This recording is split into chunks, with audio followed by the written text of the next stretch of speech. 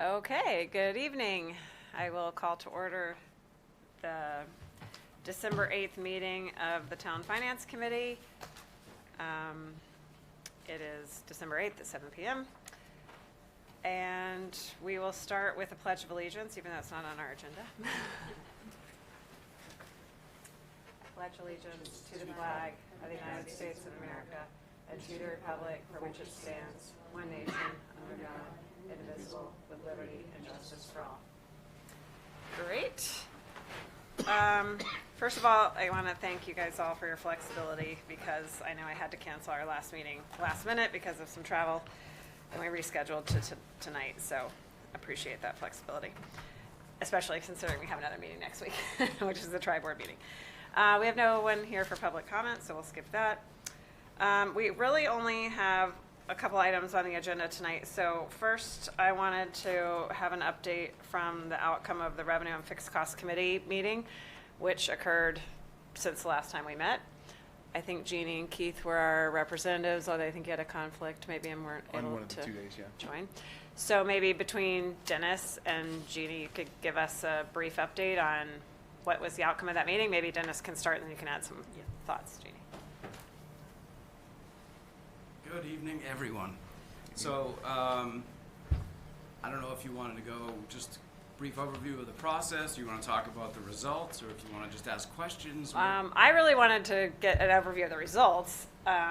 If everyone else wanted to hear the process, we can back up and do that too. I was more just interested in what are the results. Sure. I'm Okay. happy to do whatever Great. you guys want. Let's go with that. So, as you pointed out, the committee did meet a couple different times, most recently last week, December 4th.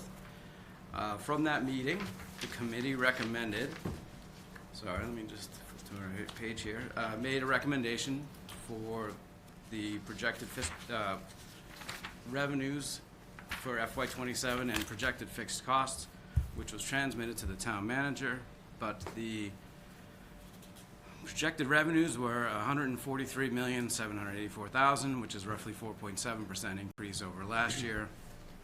The projected fixed costs were $34.14 million, which was about 8% over prior year.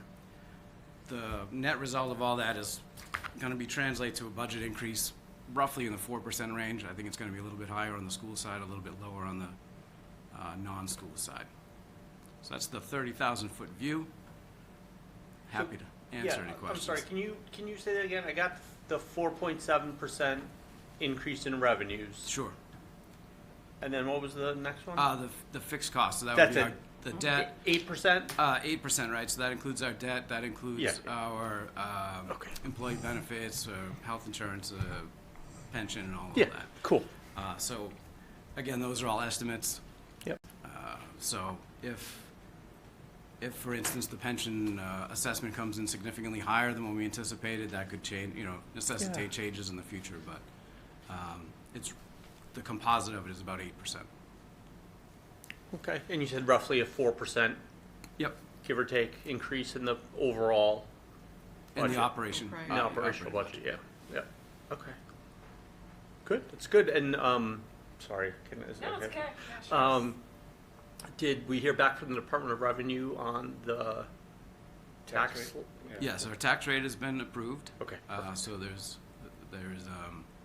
no question there. So that happened Wednesday, Okay. I think, last week, or And Thursday. Actually, happened the morning of the meeting.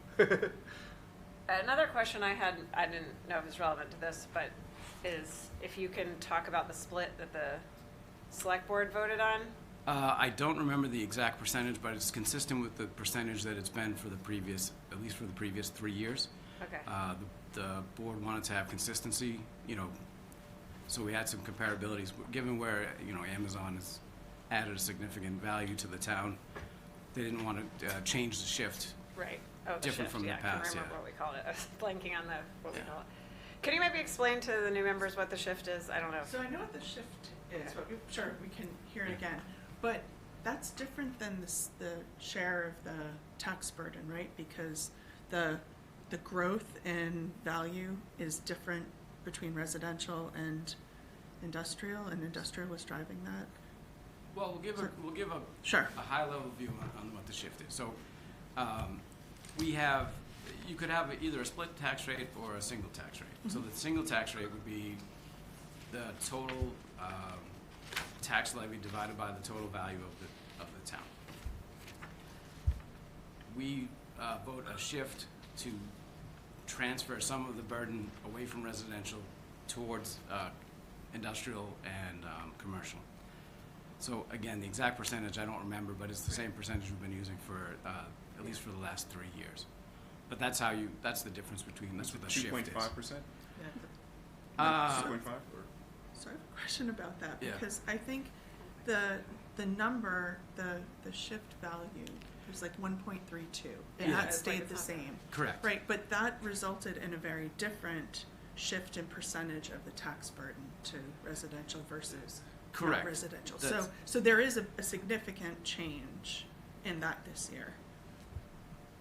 Yes. Okay. So If I'm understanding you're right. correctly, You are that's what- correct. So okay. the shift, the rate that we're shifting away from the single tax rate is consistent, right? Yes. But however, to your point from before, the valuation, not everyone's taxes will go up by the same amount, right? So there will likely be a smaller increase in residential tax bills and a larger increase in commercial and industrial bills and personal property. But again, I don't have all that. I don't have all of that data. Right, sorry, I didn't but put that on the that- agenda. that's Some okay. Detailed discussion on that, but I thought. That's okay. But yeah, so it won't all uniformly go up the same amount, though. Right. Even though the voted shift Yeah. is the The same. point is it's a balance of trying to not make the residents' taxes go up crazy, but also not drive away business because we're putting all the burden on the business. Like finding a balance. The balance, correct. And generally trying to not make anyone have some crazy change in any given year. Correct. Right, basically, that's, So Okay. I think I watched the select board meeting, and as I went through the charts, because I am very much trying to come up to speed, but I believe the tax increase this year with this shift is the smallest that we have seen in some period of time, in the residential side. Right. Right. That's an accurate statement from what was presented at the meeting. Okay.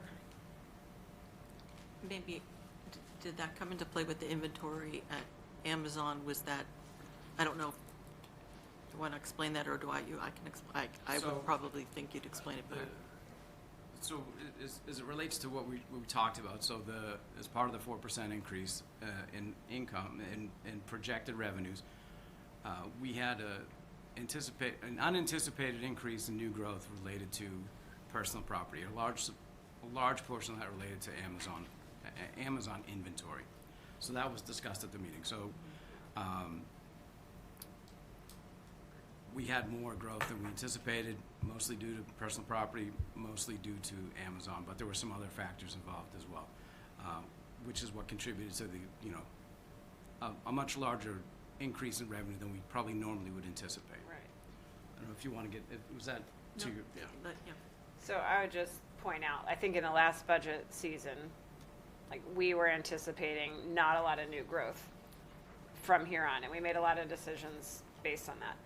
Right. It's a very nice surprise that we have this like bit of new growth this year, but then I think that doesn't change from the fact of now subsequent years I don't think we're gonna have, like, I don't want people to like all of a sudden be like, oh, we have all this money. Yeah, I mean, It's We're not, gonna keep pulling rabbits out of our hat. yeah, there's only so many rabbits you can pull out of a hat. right. I mean, on a normal year, you'd expect 2.5%, as your standard growth, plus whatever you have for new growth. Generally you're looking at 0.5% to 1% on most Right. years, right? So anything over 3% on a given year, I would deem to be, a high number. And so, sorry, it was the value of the inventory So, or the equipment? so and stuff? personal property,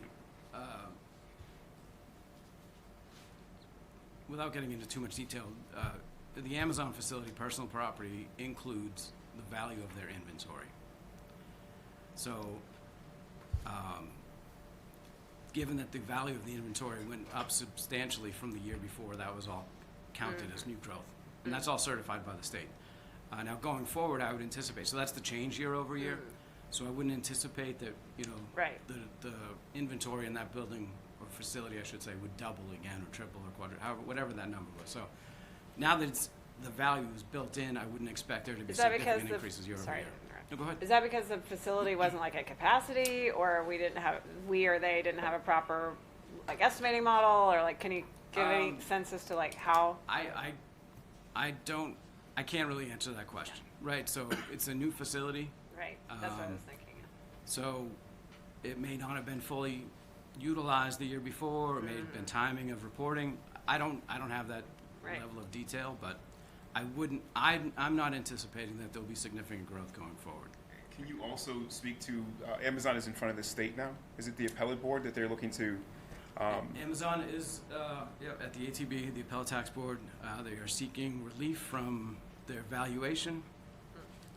We don't know where that will land, but, you know, there is a chance that they could win and their value would go down. Having said that, the property tax still stays in the levy, but then it gets distributed throughout the rest of the tax base. So revenue doesn't go down, it ends up being dispersed amongst the rest of the class. That's a bit of a risk for everyone to be aware of. Yeah, and I'm sorry, the Amazon, the North Andover Amazon facility is before the tax, or all of their Massachusetts? North Andover. I can't speak to any of the other parcels. No, that's They fine. may be. They may be I that think too, they may but be. it's not an all, necessarily, it's individualized. Correct. Okay. Yep. And they have made the effort to speak to other cities and towns that have similar sized Amazon facilities to kind of get an idea as historically what the expectation is around these type of operations. Yeah. So they're doing if I'm understanding, they're doing what they can, given the limited amount of information on how to best project revenue increases in these type of appellate issues that are in front of different taxing boards. Correct. I'm sorry for the really dumb question, but who does that valuation of their property? Like us or them? They report, so here's the value, or the assumably town- not, we do it, I guess. No, we but- value it, and they, you know, Can accept it or. they can And accept it how or are we- deny it, okay, well, and then they can challenge it, right? Every So, business can. so this is the same for anyone, whether it's That's you our know, a assessment. warehouse facility or a resident. So the town will assess the value of the property. The taxpayer has the opportunity to challenge that valuation. You go in front of the board. The board can either agree with the taxpayer and say, we agree that your parcel's been overvalued, make an adjustment, an abatement, or the board of assessors can say that we don't agree, we think we've valued it perfectly. In that case, in that scenario, the taxpayer has the opportunity to go to the appellate tax board, and that's where it would be the final judgment. Do you share my assessment? I would assume that there'd be some reduction, because the town isn't really, this is my thought, and you tell me if I'm wrong or not, but it sounds as though the town is the subject matter expert on all of their equipment, or Right, that's what the I'm saying. value of it. So they would tend to go high, and I would assume that there'd be some room for them to argue the other one, the Well, other case. there's two components of it. So the personal property piece of it, that's self-reported. So those values come from the entity. Yep. On the real estate side, that's the town will assess the real estate. The town doesn't assess the value of inventory. Oh. That's all reported by the That's- entity. Okay. Right. Well, then why are they going to appeal it if they So themselves the- said that the- this was the value of it? It's two different things. The ATB case relates to the personal, the real estate valuation Okay, versus well, the. that's a different matter then. Yeah, Okay. but that's still a very substantial valuation. Right, they're but do we seeking. feel, like, how often is that, does the board, like, you know, side with the plaintiff? Side with, you know what I mean? I'm not gonna speculate. Yeah, I Wait. mean, is that, okay, well, I thought the town does actually assess. Don't they go around and look at the equipment inside the facilities and say that, The town will assess the buildings. The town doesn't assess the personal property. so it's things such as, and I don't want to go down the rabbit hole too much, but let's assume that they have a piece of equipment that's not registered for the road, nor is it part of a personal property like a computer. Does the town not come in and assess that piece of equipment to? This is not really, I mean, I can give you sort of a basic overview. If you want to get into it with the assessors, we could get into a greater detail. Essentially, if it's part of the building, Yep. it'll be valued as part of the value. Yes. If it's a piece of, like inventory or a forklift or, things Forklift, like perfect example.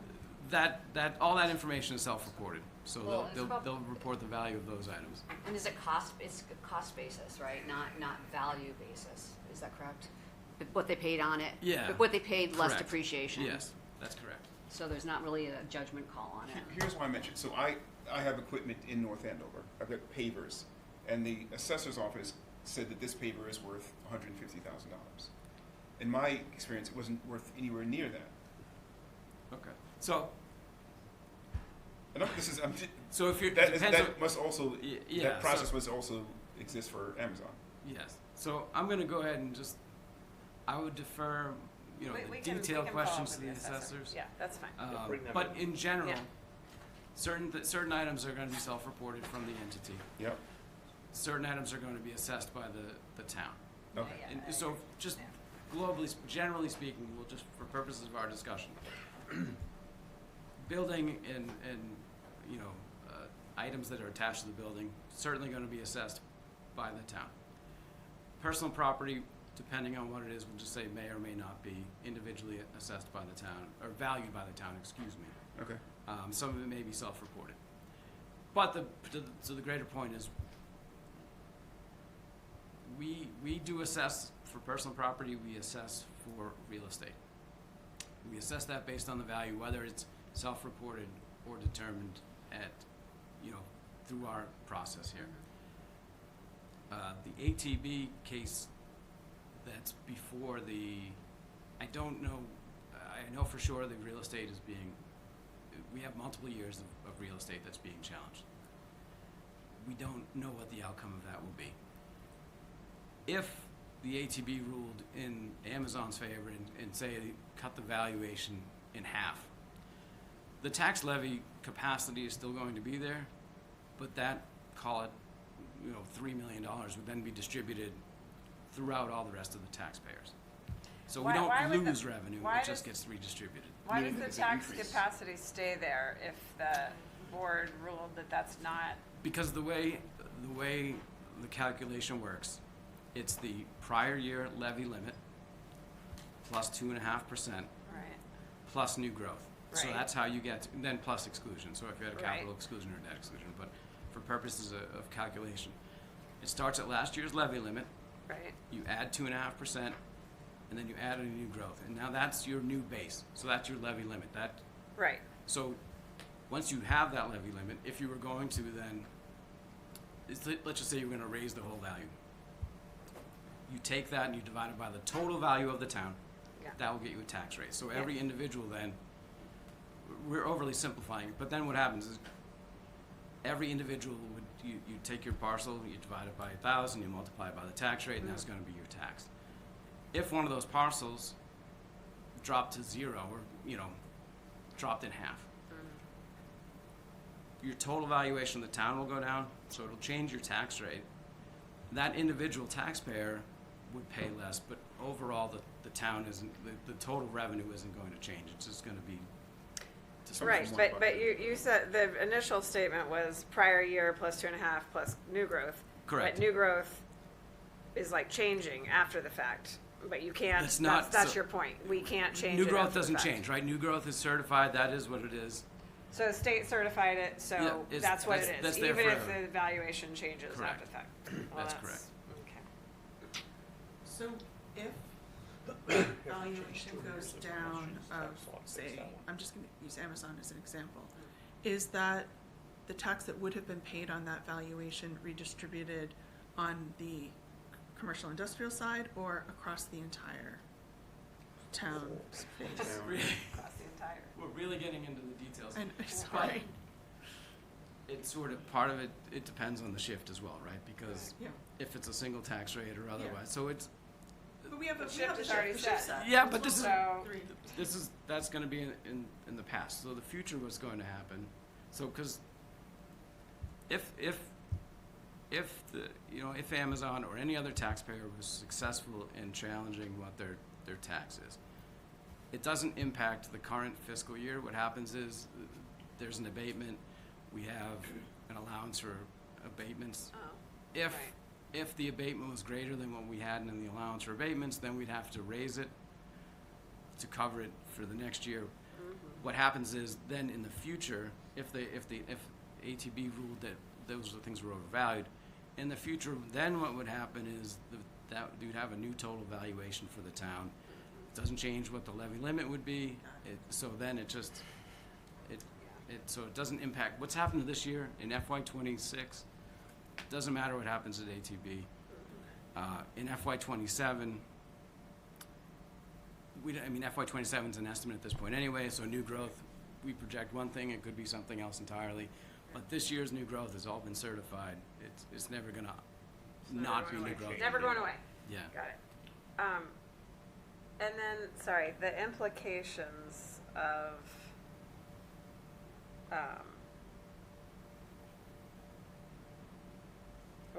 the implications of this outcome of the Revenue and Fixed Cost Committee is basically you're anticipating a 4%-ish increase in the budget, Yes. 4.7%. Well, 4.7 is the total revenue growth. Once you take out the projected increase in the non-operating costs, the benefits and the debt and all that, it's gonna be 3.9%, I believe, is what the number works out to.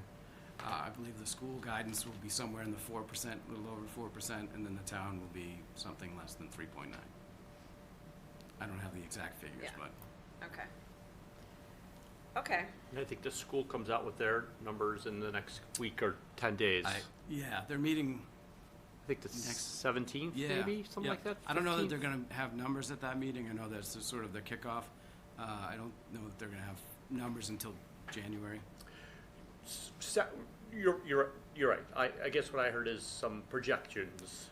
Yeah, I'm not gonna. Nope, I'm not asking you to. I'm not gonna speak for others, but yeah, I can say for what the town guidance will be, I believe it's just over 4% for the school, which the town, whatever the balance will be in the town.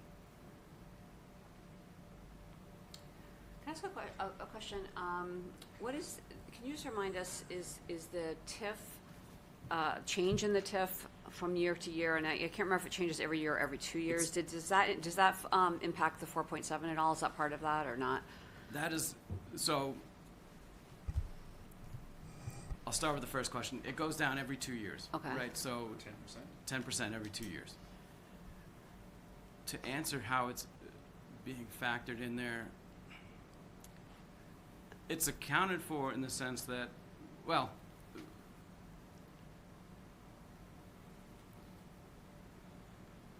the new growth, so the TIF isn't gonna change that revenue number, right? So I guess when you say is it accounted for in there, we've accounted for what we have available. The Amazon reduction, it doesn't really, last year the town voted to raise that money, and so because of the way the TIF was, because of the way it works, the town recognized new growth 2 years ago, before the TIF went into effect. And so that's been within the levy capacity. So that's what, the discussions we had last year about the available levy when we raised more money Right. than we would have projected to do. Otherwise, was because we had the levy limit, because it doesn't go away. And so what'll happen now in the future, every 2 years, we're not gonna recognize anticipated growth from the reduction of the TIF. What's gonna happen is the money will shift, right? So as Amazon picks up a greater, tax bill, that number will really get distributed throughout the rest of the tax base. Okay, because I thought, so we were always like spending to the capacity. Yep. Okay, because we were spending to the capacity, and so now that Amazon will be paying more, everyone else will pay a little bit less because we're already spending to the capacity. Correct. Okay. That's correct. Okay. And is that, I don't even know that with the 2 year thing, it may have been zero impact this year because I forget the exact years, if they're even years or odd years that it kicks Yeah. in, but It translates to about 600,000 a year. okay. I- Thanks. Every Every 2 2 years, years. 600,000, yeah. Yeah, because I think I remember some discussion that as that kind of shifts, and Amazon's paying more and residents are paying less, then there might be room to, then if there's a debt exclusion or something like that, the residents wouldn't feel it as much because it'd be kind of offsetting. Yes. And so, one of the things we talked about earlier as far as the new growth, fortunately there was significant new growth, and we anticipate that will help alleviate Yeah. some of the building projects going forward. Like if everything goes according to what we project, we anticipate that the projects that we had talked about in the past, so like the Kittredge and the fire station, those debt projects likely won't need to be debt excluded at this point because of the new growth, Okay. that new growth that came in. But again, it's sort of, that's projecting into the future, and I don't want to get into that too much. I was assuming we get an update on that next I was just meeting, gonna say, right? we don't need a tri-board meeting now. Tri-board Dennis meeting just is spoiled gonna the get whole into all thing. that. These are projections, and I don't want to, Yeah. Let's wait on Speak that about the discussion future. until, because Yeah. we'll get a full update in the, I think, Yes. the tri-board meeting on you that. get to see me again next week. Right. Thank you for coming 2 weeks in a row. Yeah.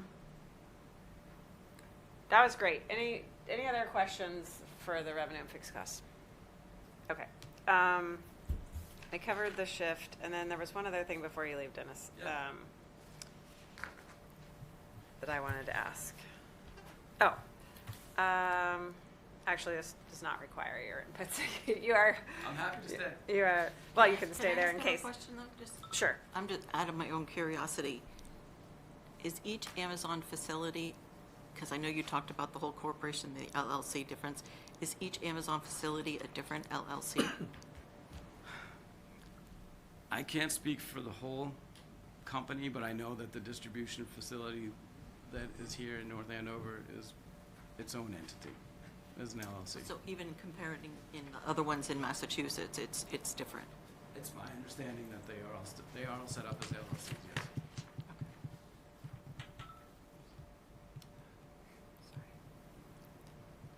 Gonna add Amazon spokesperson to your business card. Yeah, Okay. therapist pretty soon too. Anything else for Dennis? Okay. The last thing, and I didn't get this on the agenda, so maybe we'll hold off for any like detailed discussion on it, but I wanted to check, the school committee did provide, according to what they agreed in the MOU, they've been providing us a monthly update. Last meeting, we looked at their October update, and they did send us an email in November with a November update. I don't know if everyone received that. I actually didn't like get it right in my inbox. I just searched for it, so it must have gone to junk or something. So I just want to do a quick poll. Did you guys get it? I don't think I did. You got it? Not Jeannie. I did. Yes. Well, I mean, I got it after you told me and I had to search Right, for we it, had but to it didn't search. come So in my. maybe we need to, I don't know. What's a good thing to search? It would have been from. November budget update was the It subject. would have been from It was from Michelle. Michelle McHugh. McHugh, yes. So I was just gonna very briefly like state for the public and for you guys if you haven't had a chance to read it yet, what it covered. So it basically looks at, monitoring expenditures and details like where they are in terms of payroll expenses, salary stipends, talks about savings due to staff turnover and timing of filling positions and so on. And I think that the net is everything looks good, is my assessment of that. It talked about the out-of-district tuition and the fact, and I think we talked about this a little bit in the last meeting in terms of utilizing prior year grant money and circuit breaker funds first so that they could establish like a carry forward balance to have some like buffer. And they go into that in a bit more detail in this memo with like a chart showing where the funding is going to come from and how they're going to start establishing this like carryover. So I would just suggest taking a look at that. We did get kind of an overview that they were going to try and do that in the last meeting, and then this memo kind of outlines it. So hopefully we'll be in a better place for managing out-of-district tuition costs going forward. And then there's also a section on transportation costs, and it talks about some savings that were realized from in-district special education transportation because they consolidated some bus routes and were able to like do some things to reduce that cost. But because they had it budgeted for, they're going to use some of that budget to strengthen in-district educational programs. So kind of reallocating that budget to like cover some in-district costs. So that's outlined in there. And then the other point was just there was no new grants received last month and no like budget transfer requests or whatever either in this request, like that, this is the mechanism by which they would request that, and there's nothing there, so. That's just a brief summary. Since it wasn't on the agenda, I don't wanna have like a detailed discussion about it, but I guess if you guys wanna have, you know, Pam or, Gail, the finance director for the schools, come join us for another meeting to like answer any questions, we could do that, although I'm thinking we have the tri-board meeting next week, which will be, you know, packed with a specific agenda for the tri-board, so I wouldn't want to cram it in that, so probably in the January meeting, by that time we'll have their December update, so maybe we'll plan in the January meeting, I'll ask Gail to join us, so we can ask any questions that we have from this November budget, or this November update and the December update. And I will also make sure to forward you guys the December update, or just touch base to make sure you got it, since I didn't get this one without searching for it. Does that sound like a plan? That sounds great. Okay. All right, the next thing on our agenda is approval of our minutes from the October 14th meeting. Did you guys have a chance to read them? I would move, I did read them, and I would move, they looked good to me, and I would move approval of the minutes from the October 14th meeting. Second. Great, all in favor? Aye. Any opposed? Okay, great, that passes. Again, as already stated multiple times, our next meeting date is December 15th. And that's all we had on our agenda. All right, well then I would move for adjournment. Second. All in favor? Aye. Great, we're adjourned. Thanks.